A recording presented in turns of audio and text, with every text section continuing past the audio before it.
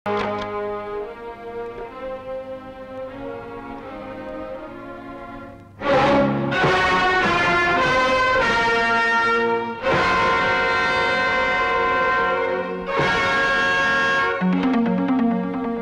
చేశావు ఈ పని?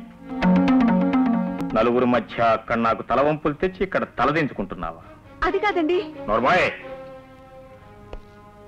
నువ్వు అమాయకురాలివే, ఏమీ తెలియని ఆడదానివే. ప్రతి మగవాడి వెనక ఒక ఆడదుంటుందంటారు. నన్నకు ఉన్నతమైన పోలీసు ఉద్యోగం చేసి ఆ గౌరవాన్ని నువ్వు పొందుతావు అనుకున్నాను. కానీ నువ్వే పోలీసు రికార్డులోకి ఎక్కి మన కుటుంబ గౌరవాన్ని నవ్వురుపాలు చేస్తావనుకోలేదు. నన్ను క్షమించండి. క్షమించడానికి నువ్వు చేసిన నేరం భార్యాభర్తలకు సంబంధించింది కాదు, నా వృత్తికి చట్టానికి సంబంధించింది.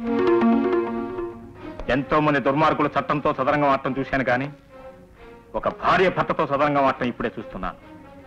ఎక్కడ? నాతో నువ్వు చదరంగం ఆడి తప్పించిన ఆ సుధీర్గాడు ఎక్కడ?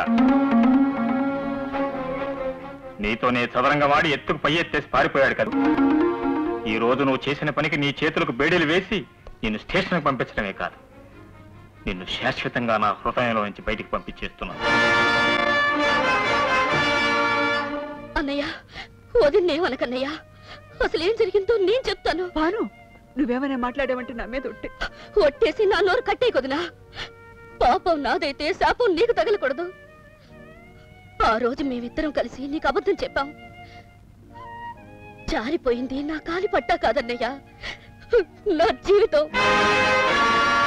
నువ్వు వాళ్ళ మనుషుల్ని అరెస్ట్ చేశావన్న పగతో సుధీర్ నన్ను బలవంతంగా తీసుకెళ్లి మానభంగం చేశాడు. ఈ సంగతి నీకు తెలిస్తే సుధీర్ని చంపేసి నువ్వు జైలు పాలవుతావన్న భయంతో వదిన పనిచేసిందన్నయ్యా.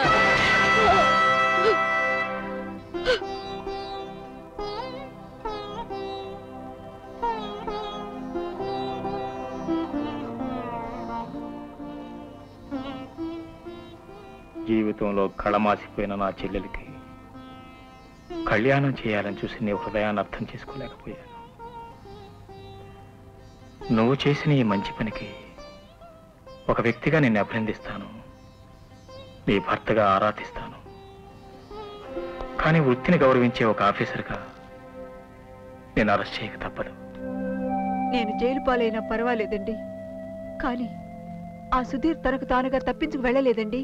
మరి మన పని మనిషి లేదండి ఆ పార్వతి, అది తప్పించిందండి. మన ఇంట్లో ఉన్న బాబుకి తల్లి అదేనండి. అందుకే బాబుతో సహా పారిపోయింది.